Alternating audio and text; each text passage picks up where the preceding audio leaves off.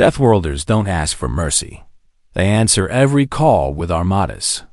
The Galactic Concord had existed for 12,000 years before humanity ever left its home planet and traveled into the stars.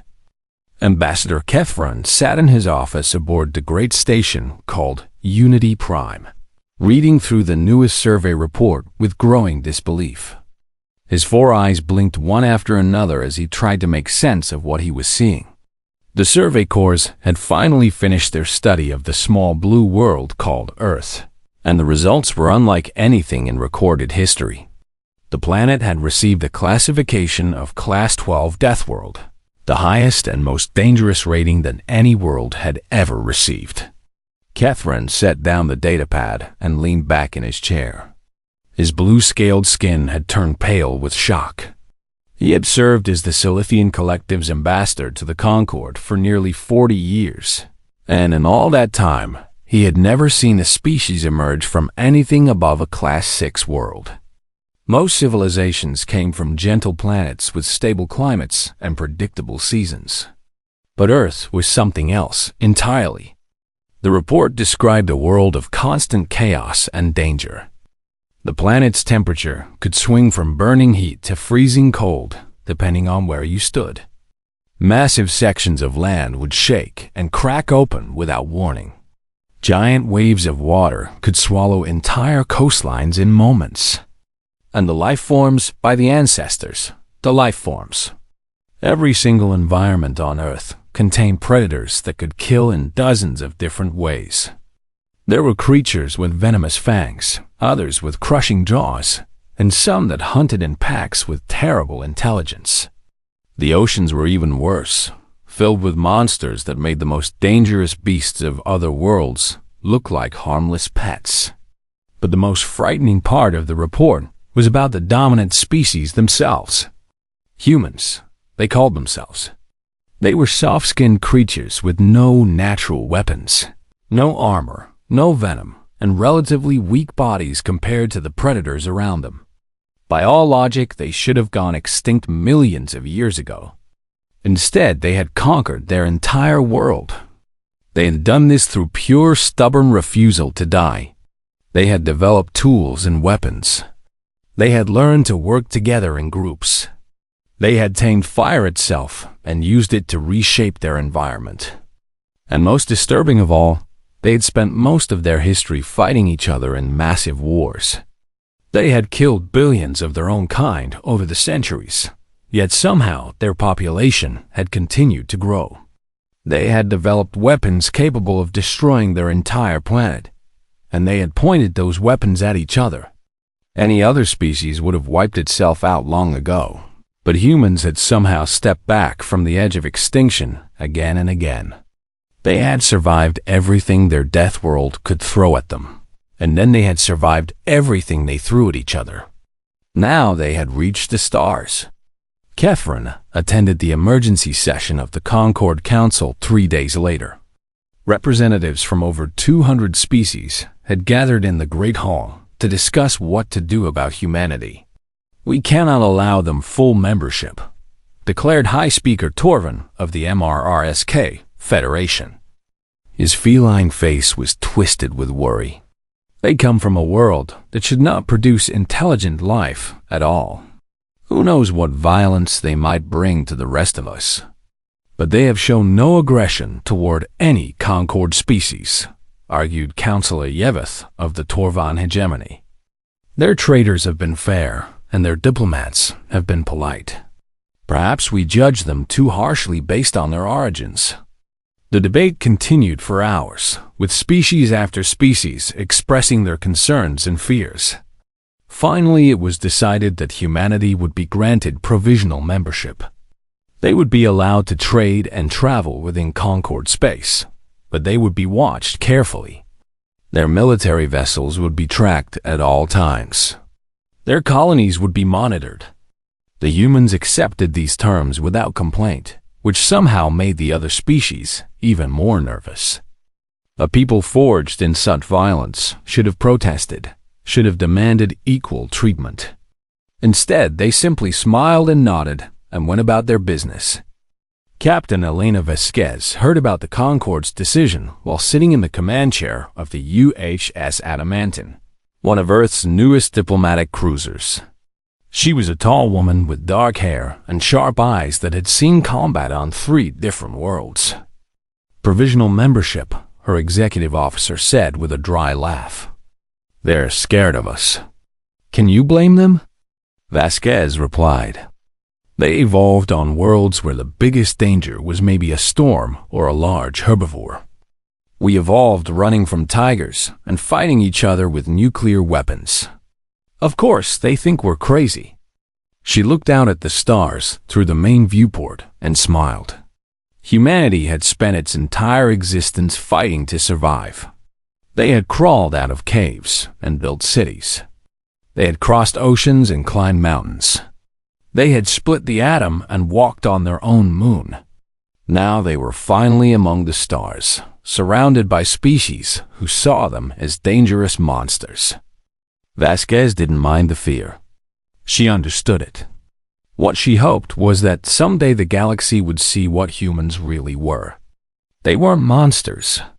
They weren't mindless killers. They were survivors. They were protectors.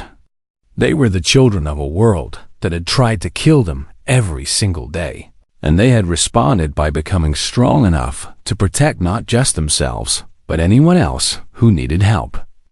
The other species would learn this eventually. Vasquez was sure of it.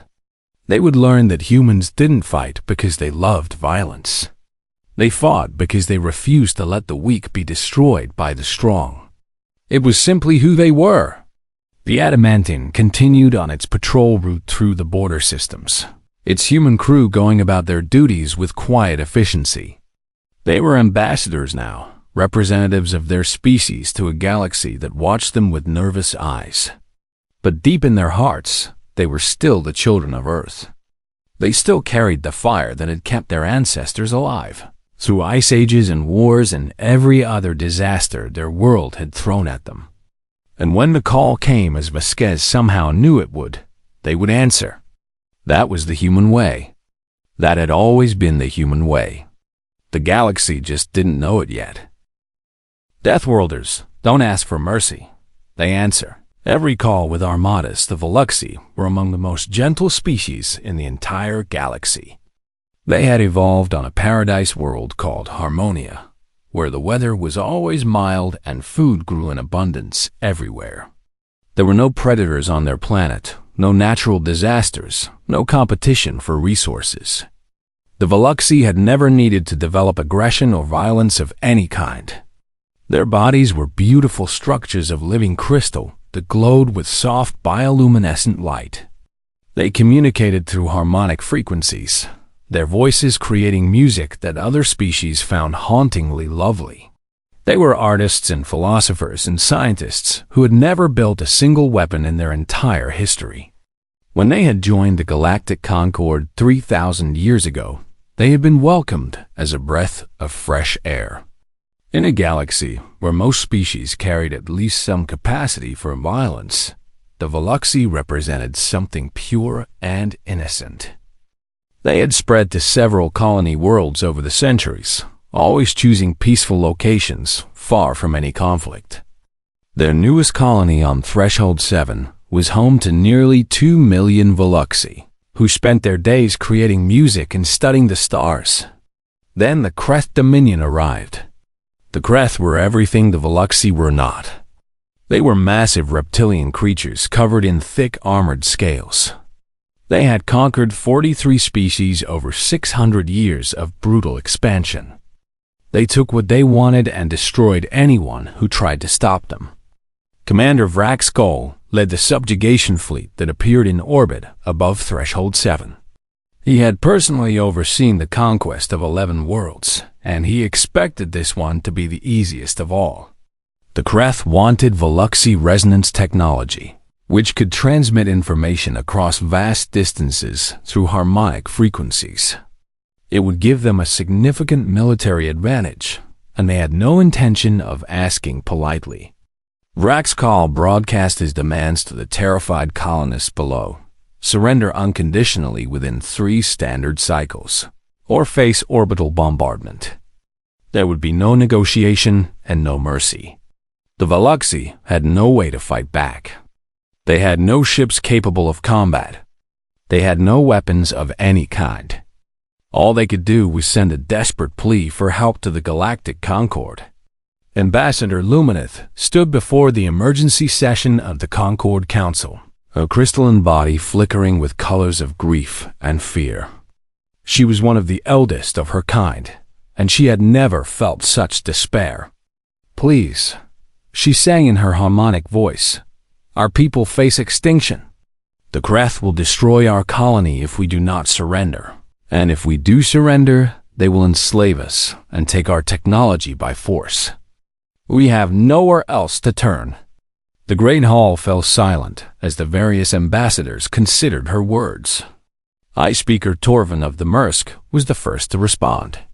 "We grieve for your situation, Ambassador, but the Mursk Federation cannot spare military forces for a conflict so far from our borders. The risk is simply too great." Councillor Yeveth of the Torvan spoke next. "Perhaps diplomatic channels could convince the Kreth to negotiate. We could send envoys to discuss terms." "The Kreth do not negotiate," Lumineth replied, her lights dimming with sorrow. "They conquer. That is all they have ever done." One by one, the great powers of the Concord offered their sympathies but refused to help. The Silithians suggested evacuation efforts. The Kovathi proposed economic sanctions. No one was willing to actually fight. Ambassador Kethrin watched with shame as his colleagues abandoned the Veluxi to their fate. He wanted to help, but his government had already told him that intervention was impossible. The Kreth were too powerful, and the Silithians could not risk war. Then Ambassador Catherine Okonkwo of Earth rose from her seat. She was a tall woman with dark skin and gray hair, and she moved with the quiet confidence that all humans seemed to possess. The other ambassadors watched her nervously, wondering what the Deathworlder would say. "How long until the bombardment begins?" Okonkwo asked, her voice calm and steady. Lumineth turned to face her, lights flickering with desperate hope.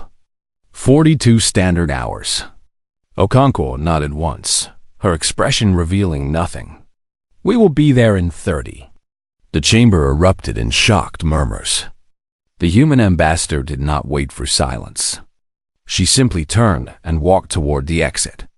"Ambassador Okonkwo," High Speaker Torvin called out, "you cannot make such a decision unilaterally.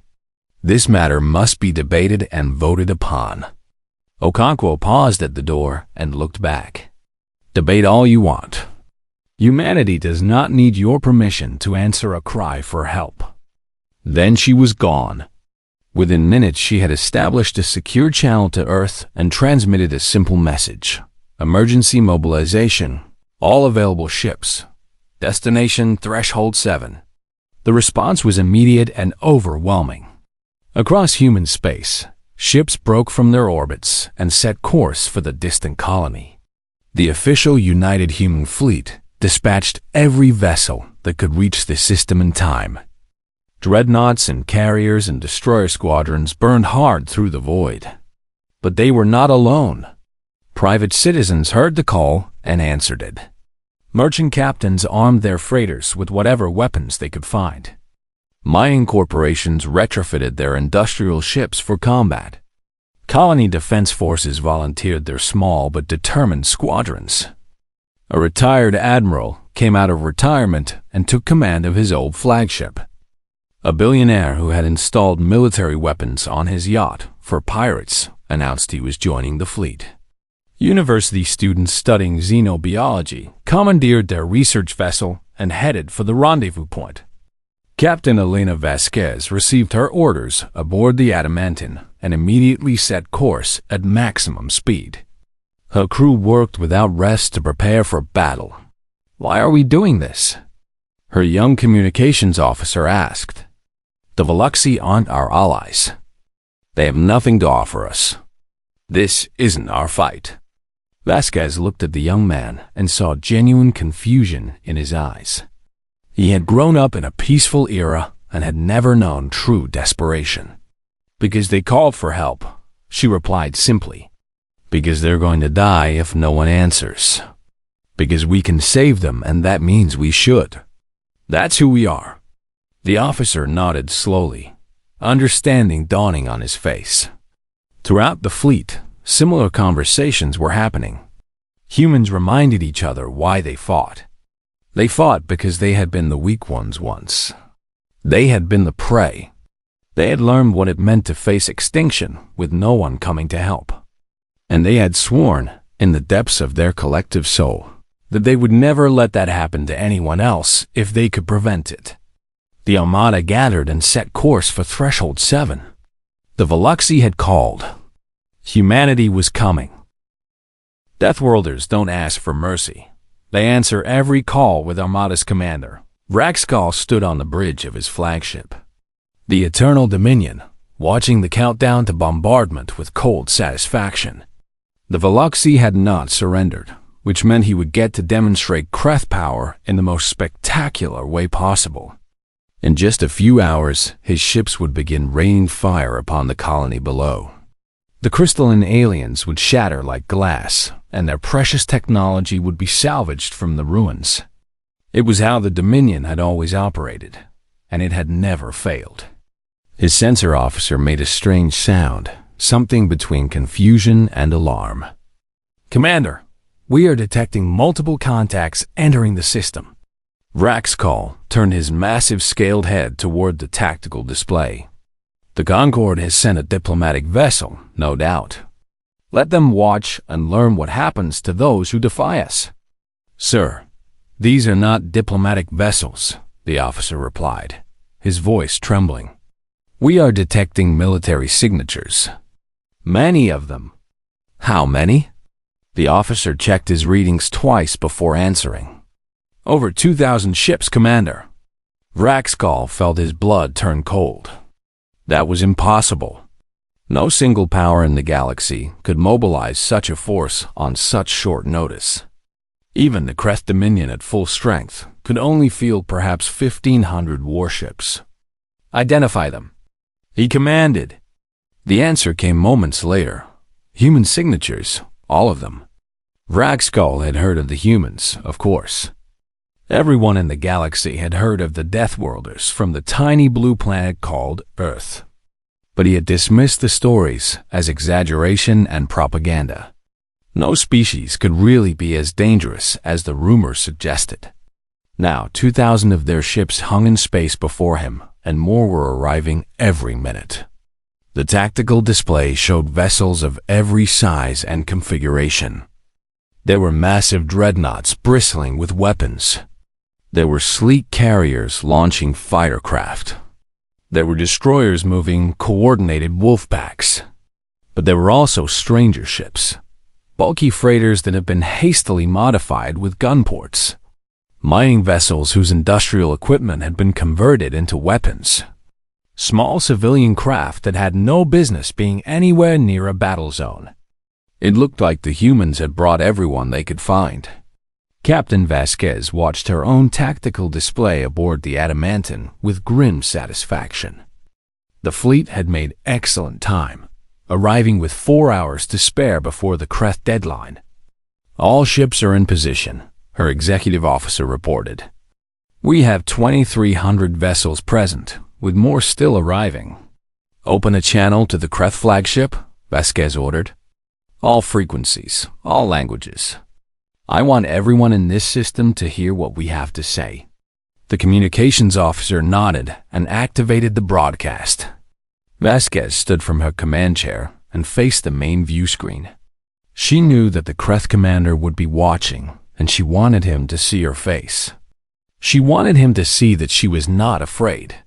"This is Captain Elena Vasquez of the United Human Ship Adamantin, speaking on behalf of the United Human Armada," she announced. "You have threatened a peaceful civilization that has asked for our protection. You will withdraw from this system immediately." She paused for a moment before continuing. "We did not claw our way out of the darkness by asking for mercy. We did not survive our world by backing down from bullies. We are the children of a planet that tried to kill us every single day, and we are still here. Her voice hardened into steel. If you do not withdraw, you will learn exactly why our world classified us as the most dangerous species it ever produced. You will learn what happens when Deathworlders go to war. You have 1 hour to make your decision. Choose wisely. The channel closed and silence fell across the bridge. Vraxcall received the transmission and felt something he had not experienced in decades: doubt. He had 400 warships under his command, each one built for conquest and crewed by warriors who had never known defeat. By any reasonable calculation, he should be able to destroy this ragtag human fleet. But those numbers on his tactical display would not stop growing. Human ships kept arriving, pouring out of faster-than-light travel like an endless tide. And the ones already present had arranged themselves into a formation that showed no concern for retreat. They were not positioning themselves to escape if the battle went badly. They were positioning themselves to inflict maximum damage regardless of their own losses. It was madness. No sane species would fight that way. But humans were not sane by galactic standards. They had evolved on a world that should have killed them. They had spent their history killing each other. They had looked extinction in the face so many times that they had stopped fearing it. One of his officers spoke carefully. "Commander, perhaps we should consider withdrawing." The mission parameters did not account for this level of resistance. Vraxcall whirled on him with fury. "The Dominion does not retreat. We have never retreated. We will crush these primitives and add their world to our conquests." But even as he spoke, he felt the cold weight of uncertainty in his chest. On the surface of Threshold 7, the Veluxi colonists huddled in their shelters and watched the sky with trembling hope. They could not see the ships above them, but they had received word of what was happening. The humans had come. The Deathworlders had answered their call. 2,000 ships had crossed the galaxy to protect them. Elder Crystallis, the colony's spiritual leader, wept tears of liquid light as she addressed her people. "I did not believe they would come," she admitted. "When we sent our pleas to the Concord, I thought we were simply recording our final words. I thought we were already dead." She looked up toward the hidden stars with wonder in her luminous eyes. "But the humans came. They barely know us. They owe us nothing. Yet they came anyway. What kind of species does that?" The answer would soon become clear to everyone in the galaxy. The humans were not just survivors. They were not just warriors.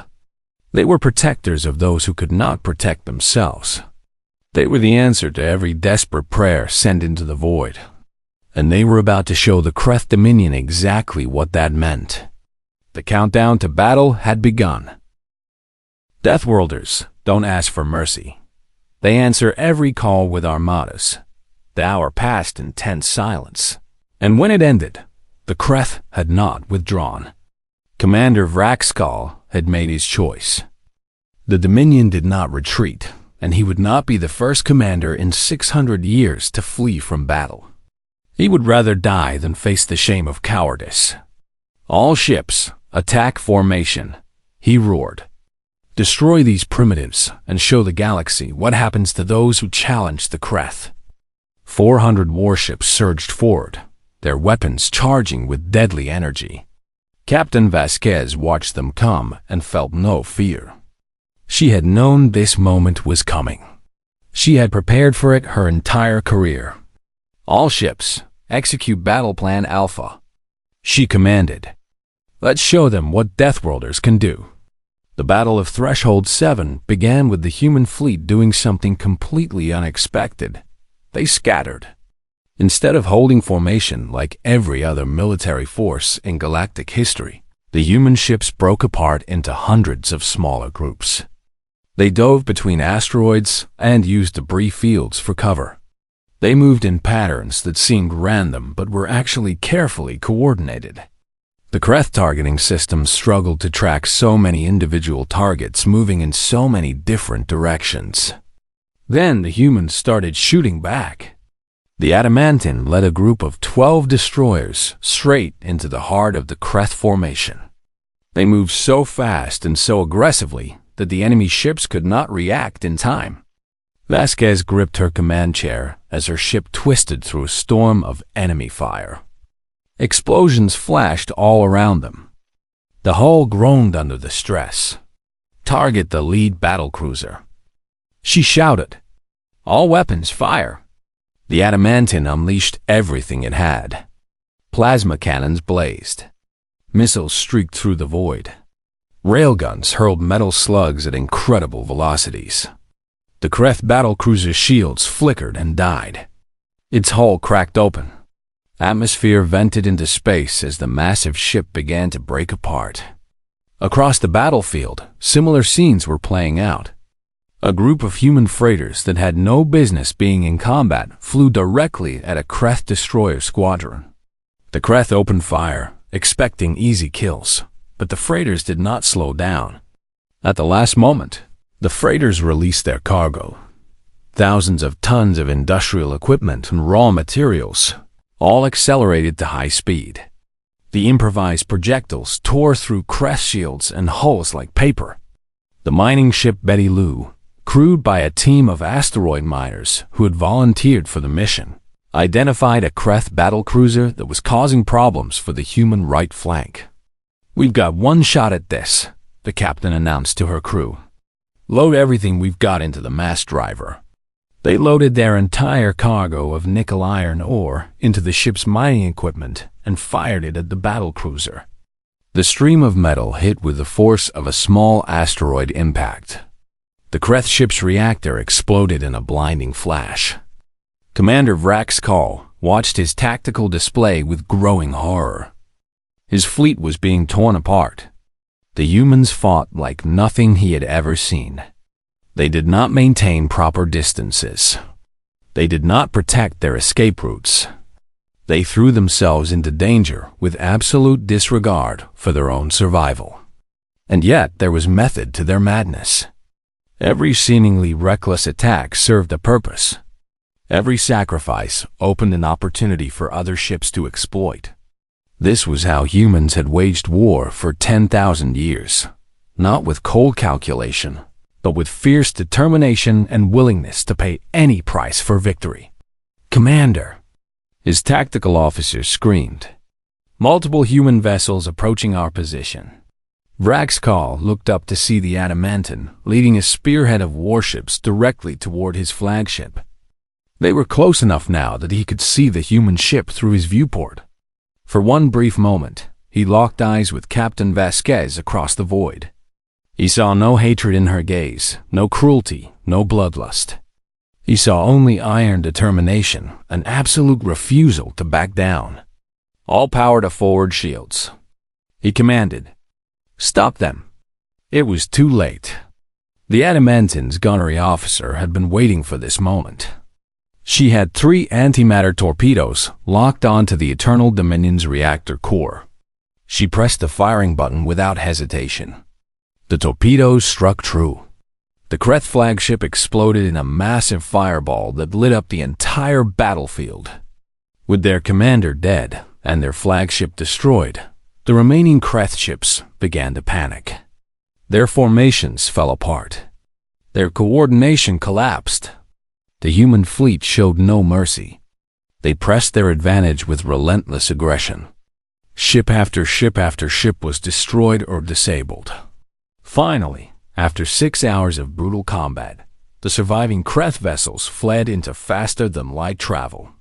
They left behind 312 destroyed ships and the shattered remains of their reputation. The humans had lost 87 vessels. Over 2,000 brave men and women had given their lives to protect strangers they had never met. But they had won. Captain Vasquez slumped in her command chair as the adrenaline faded. Her ship was battered and bleeding atmosphere from a dozen hull breaches. Half her crew was injured, but they were alive, and the enemy was gone. Send shuttles to the surface, she ordered. Medical teams, engineers, supplies. The Veluxi need our help. Her crew moved to obey, and soon human vessels were descending through the atmosphere of Threshold 7. They carried food and medicine and equipment to repair the damage the Kreth had caused. Vasquez was on the first shuttle down. Ambassador Lumineth met her on the landing pad, her crystalline body blazing with colors of joy and gratitude. She had tears streaming down her face, actual tears, something Veluxi only produced in moments of overwhelming emotion. "You came," she said, her voice harmonics trembling. "You actually came." "Of course we did," Vasquez replied with a tired smile. "You called for help." "That's what we do." Lumineth stared at her with wonder. "But why?" "We are nothing to you. We have nothing to offer. We cannot repay this debt."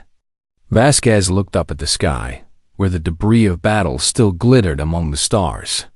She thought of the 87 ships that would never go home, the 2,000 humans who had died for people they had never met. "You don't owe us anything," she said softly. "This isn't about debts or payments. This is about what kind of galaxy we want to live in. We want a galaxy where the strong protect the weak, where cries for help are answered, where no one has to face extinction alone." She met luminous eyes with absolute sincerity. "That's why we fight. That's who we are." Deathworlders don't ask for mercy. They answer every call with Armadas news of the Battle of Threshold 7 spread across the galaxy like wildfire. Every species in the Galactic Concord heard the story, how the Veluxi had called for help, how the great powers had refused, and how humanity had answered with an armada of over 2,000 ships. They heard about the 6-hour battle that had destroyed the Kreth subjugation fleet. They heard about the civilian vessels that had joined the fight. They heard about humans, dying for strangers they had never met. The galaxy had never seen anything like it. Ambassador Kethrin sat in his office and read the reports with a mixture of shame and amazement. He had been among those who refused to help the Veluxi, and now he felt the weight of that decision like a stone in his chest. The humans had done what the Silithians could not. They had done what no one else had been willing to do. They had risked everything to protect the innocent, and they had won. The Kreth Dominion retreated to their borders and did not emerge.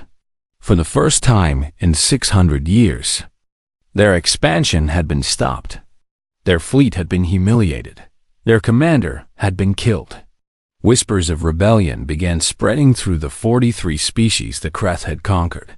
If the humans could defeat the Dominion, perhaps freedom was possible after all. The Galactic Concord convened an emergency session to discuss what had happened. The Great Hall was more crowded than it had been in centuries. Representatives from every member species had come to witness this historic moment. The air hummed with tension and uncertainty.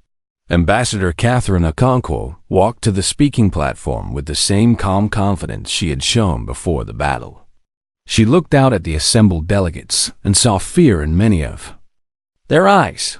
They were afraid of humanity now. They had seen what Deathworlders could do when they decided to fight.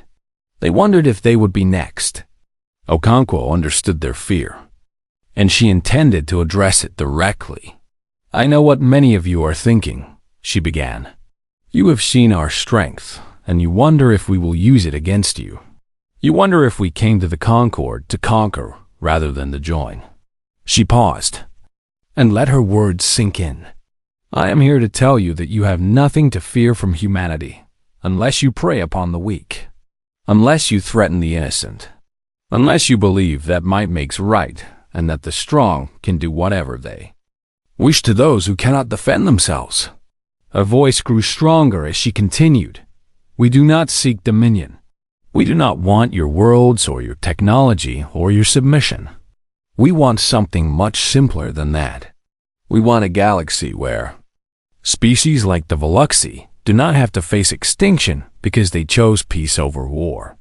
We will protect anyone who asks for our help. We will fight for anyone who cannot fight for themselves. This is not a threat. It is a promise."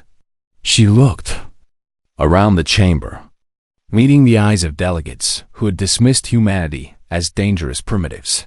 Our world forged us in fire. It tried to kill us every day of our existence, and we survived. We did not just survive, we thrived. We learned to protect each other, to fight for each other, to die for each other. Now we bring that fire to the stars, not to burn, but to light the way. The silence that followed was absolute. No one knew how to respond to such a declaration. Then Ambassador Lumineth rose from her seat, her crystalline body glowing with brilliant colors. "The Veluxy Collective formally requests alliance with the United Human Nations," she announced. "Not as subordinates, not as dependents, but as partners and friends." She turned to face the other delegates with defiance in her luminous eyes. "We have seen what the Deathworlders truly are. They are not monsters. They are not conquerors. They are protectors. They are guardians. They answer every call with armadas, and they ask nothing in return. If that is what humanity offers, then we wish to stand beside them." For a long moment, no one moved. Then the Mursk ambassador rose from his seat. "The Mursk Federation seconds the Veluxy request," he declared. "We were wrong to refuse aid at Threshold 7. We were cowards. The humans showed us what courage truly looks like." One by one, other species joined. The Torvan hegemony, the Karvathi Union, the small independent colonies that had always lived in fear of larger powers. Even Ambassador Kethrin stood, speaking for the Silithian Collective. "We've spent 12,000 years building a civilization based on caution and self-preservation," he said. "Perhaps it is time we learned something new. Perhaps it is time we learned to be brave."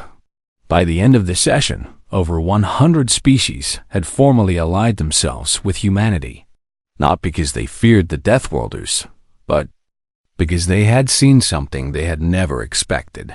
Compassion backed by strength, kindness protected by power. A species that fought not for conquest, but for justice. Captain Elena Vasquez returned to Earth a hero. Though she did not care much for the title, she had done what any human would have done. She had answered a call for help. The families of the fallen were honored with the highest medals humanity could offer. Their names were carved into monuments on a dozen worlds. Their sacrifice would never be forgotten. In the years that followed, the galaxy changed in ways no one had predicted. The Kreth Dominion eventually collapsed as the species they had conquered rose up in rebellion. Human advisors helped train resistance fighters. Human ships provided supplies and support. The Galactic Concord transformed from a weak diplomatic body into a true alliance of species committed to mutual defense. The old powers learned to work alongside the young Deathworlders who had taught them what courage meant. And whenever a distress signal went out into the void, ships answered. Not just human ships anymore, but vessels from 100 different species. They had learned the lesson humanity had taught them. No one should have to face extinction alone. Elena Vasquez lived to see a granddaughter born on a colony world where humans and Veluxy lived side by side. She held the child in her arms and told her stories of the old days, when humanity was feared and distrusted. "We changed the galaxy," she whispered to the sleeping infant. "We showed them who we really are." Outside the window, stars glittered in the eternal darkness, stars that now shone a little brighter because humanity had carried its fire into the void. Not to burn, but to light the way. That was the human legacy. That was what the children of Earth had given to the cosmos. And it would endure forever.